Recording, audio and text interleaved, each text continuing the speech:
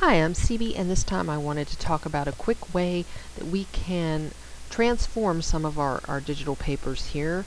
If you're working with perhaps two papers that you like, but they obviously don't go together, like what I've got on the screen right now here, and you want to make them work together, I've got a few ways you can go about doing that. The usual way, I guess, or maybe the most common way or the simplest way to start would be somebody would take one of these papers and put a hue and saturation adjustment layer on them here, and then work with trying to change it like that and just try to match it by eye. That's fine, but that's not necessarily going to get you a dead-on color match. So I've got a couple other ways we can do this that will work a little bit better.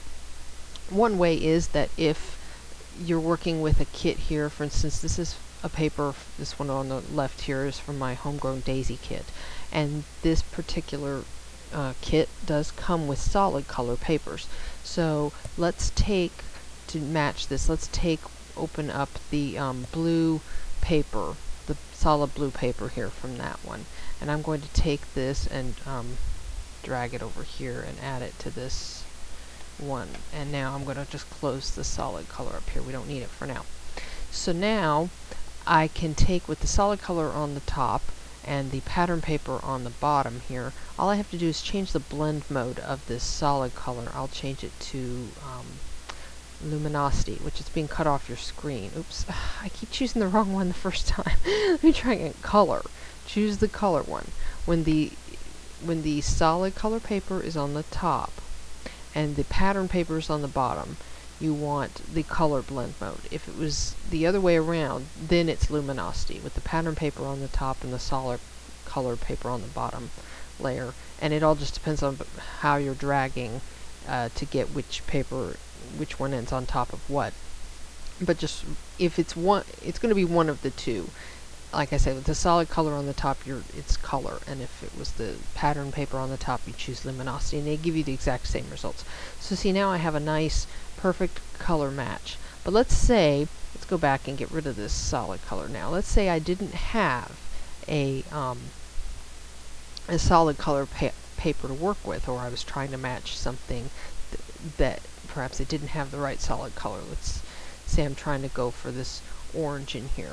Another way you could do this is, as long as you can have both papers lined up side by side, and when you're in Elements, you're working with these windows, and you would sort of not minimize them, but make them to where you can line up two different windows, and I think I've shown that in older tutorials. But here in Photoshop we have these tabs, and you have this choice here of how to arrange them, and I have them side by side.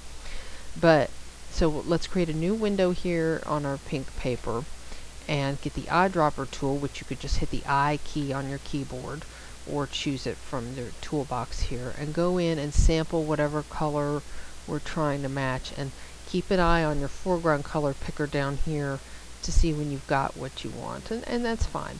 Then you go back over here to the layers palette, and on this new layer that you created, we're just going to fill it Alt and Backspace, or Option and Delete. And now it's the same thing as before. We would just change that blend mode to, see, I've forgotten already. Is it color? Yes. Color. I couldn't remember again whether it was color or luminosity, but yes. And so now I have a match for to match that, and it's again a perfect color match pretty much.